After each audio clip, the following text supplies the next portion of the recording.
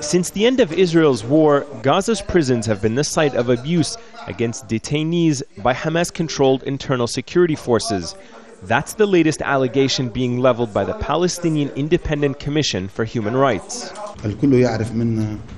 During Israel's assault on Gaza, prisons belonging to the Ministry of Interior were destroyed. The prisoners that remained in custody were transferred to undisclosed secure locations. It was at these undisclosed prisons, the Independent Human Rights Commission alleges, that detainees were beaten, fed expired food, and endured psychological abuse. During the Commission's press conference, people were outraged and told how some of their relatives suffered at the hands of internal security forces. We just want to know if my brother is alive or dead. We just don't know. My other brother is sick and we have tried to get him medicine, but we're not sure he's getting it. This man, whose identity we can't reveal, was referred to Al Jazeera by the Human Rights Commission.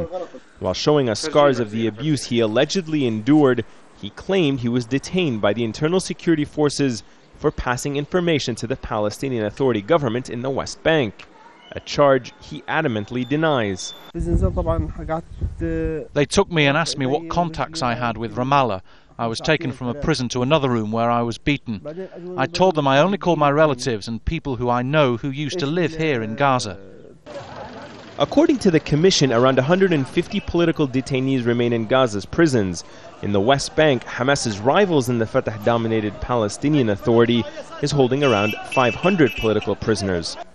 We put these charges to Gaza's deposed Minister of Interior, Fathi Hamad. We don't prevent anyone from visiting our prisons. No prisoners have died in our custody. I have ordered the release of all prisoners with no convictions or charges against them. At a separate press conference, senior government officials rejected that abuse was taking place, and on the eve of the holy month of Ramadan, the deposed government has ordered the release of approximately 100 political and criminal prisoners as a humanitarian gesture. We are in constant communication with the Red Cross, which visits our facilities often. We are constantly working to improve the conditions. These facilities are in accordance with our religious principles. As the deposed government battles the public perception that it employs brutal tactics in enforcing law and order, it is also struggling to rebuild correctional facilities like this one that were destroyed during Israel's war.